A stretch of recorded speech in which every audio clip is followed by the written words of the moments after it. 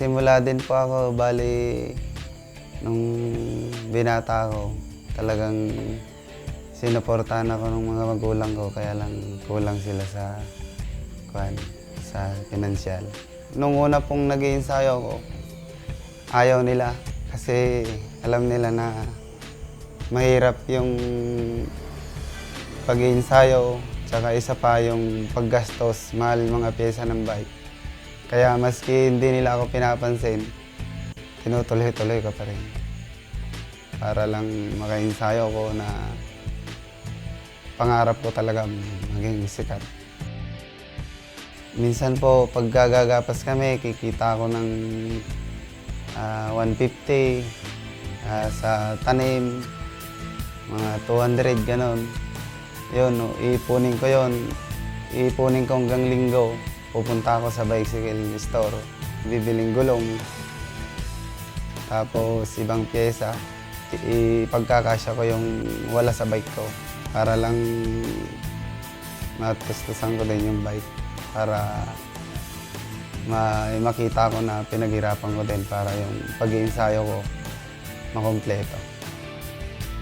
Kasi po yung bike ko po nung nagsimula ako, isang preno lang sa harap.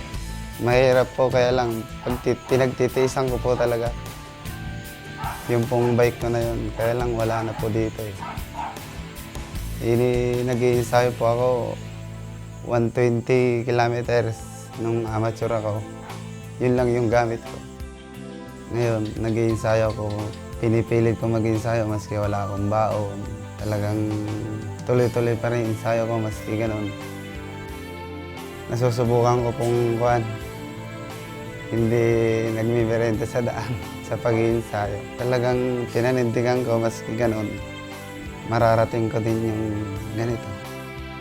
Nahirapan ako nung nakaraang mga ensayo. Sabi ko sa isip-isip ko pagka ganun na kulang ako sa pinansyal.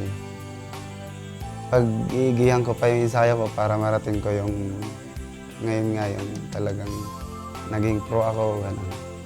Nananalo ako sa karera. Noon pong lap, nitong Kamsur, dalawang lap winner ako.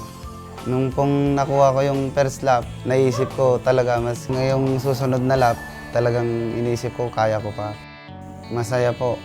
Talagang naiisip mo po yung pinaghirapan mo noon, nakaraan, lalo na naging stage winner ka. Masayang masaya. Nakamtan mo rin yung pinaghirapan mo noon.